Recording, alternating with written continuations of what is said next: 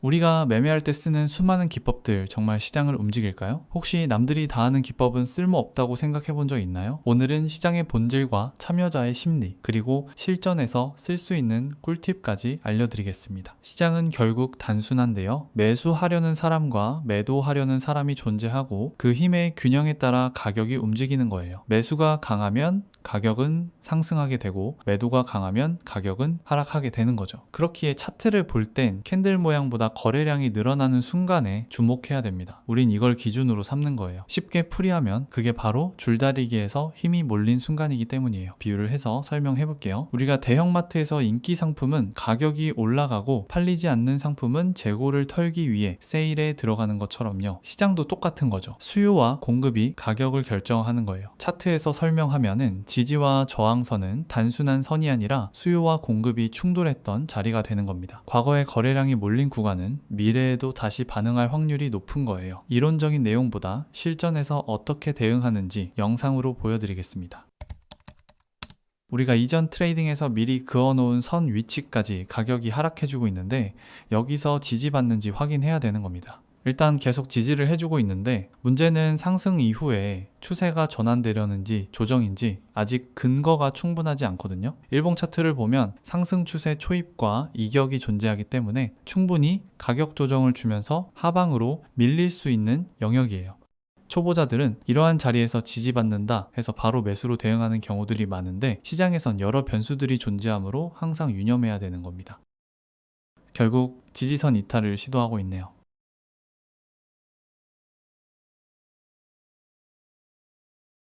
오늘 같은 장은 비추 3장으로 정의해도 될 정도로 움직임 자체가 재미없고 시장에서 힘의 균형도 불규칙적인 상황이네요.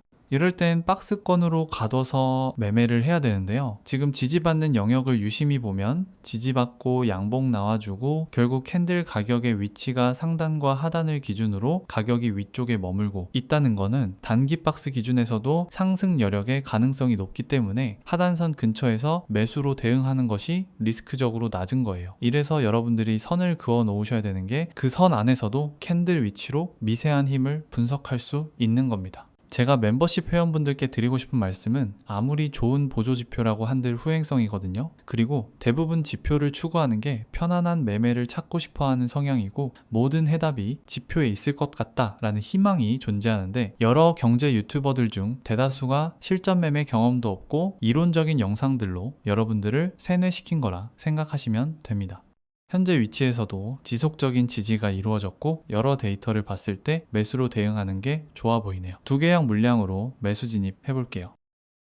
그리고 우리가 진입할 때는 항상 기준을 잡아둔 위치랑 가까울 때 진입하는 게 유리해요. 그래야 손절에 대한 기준을 지킬 때도 손실폭을 줄일 수 있는 거거든요. 현재 이탈을 시도하고 있지만 다음 캔들에서 회복하면 일시적으로 테스트하는 거기 때문에 계속 지켜볼게요.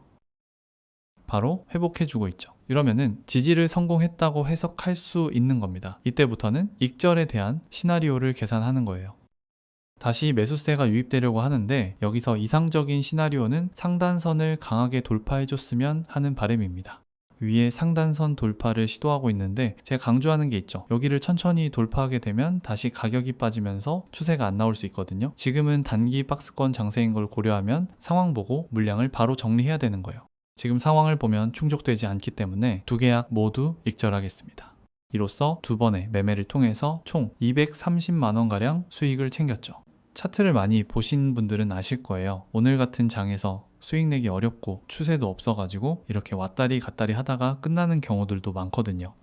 영상에서 시청하신 것처럼 결국 지지와 저항으로만 대응해도 시장에선 충분히 수익을 실현할 수 있는 걸 증명해드렸습니다. 그렇기에 여러분들도 트레이딩을 하기 직전에 선을 그어서 기준을 세우는 연습을 해야 되는 겁니다. 내용을 정리해보면 나만의 기법이란 문장은 시장에서 외톨이가 되는 지름길이 되는 거고 다수가 쓰는 기법이 중요한 이유이기도 합니다. 많은 사람이 사용하는 기법이 실제로 시장에서 움직이기 때문인 거예요. 예를 들어 이동평균선과 RSI 등 여러 지표들이 있겠지만 있지만 특정 구간에서 참여자들이 동시에 보고 있기 때문에 순간적으로 거래량이 집중되면서 가격이 크게 반응하는 겁니다. 그럼에도 불구하고 사람들은 왜 다 같이 사용하고 있는 기법을 무시하고 자기만의 기법을 찾을까요? 그 이유는 사회 전반에 깊이 깔려 있습니다. 비유를 해보면 학교에서는 남들과 차별화된 답을 내야 칭찬을 받는 것처럼, 또 다른 이유는 직장에서도 독창적인 아이디어가 혁신으로 평가되는 것처럼요. 그러다 보니 투자나 트레이딩에서도 자연스럽게 남들과 다른 특별한 기법을 찾아야 살아남는다는 착각에서 시작하는 겁니다. 저 또한 지난 과거에도 이러한 생각들로 시장에서 패배하고서야 뒤늦게 깨달았기 때문이죠. 결론은 진짜 고수일수록 다시 단순함으로 돌아오게 되는 거죠. 왜냐하면 시장을 움직이는 건 결국 다수의 심리이기 때문인 거예요. 우리가 보는 차트 속의 가격 또한 거시적 경제뿐만 아니라 여러 참여자들의 심리가 녹아내려져 있다라고 해석할 수 있는 거죠. 그렇기에 시장에선 수요와 공급의 힘균형에 따라 가격이 정해지는 것이고 사람들의 심리가 만든 결과물이라고 보시면 되는 겁니다. 도움이 되셨다면 구독과 좋아요 한 번씩 부탁드리겠습니다. 감사합니다.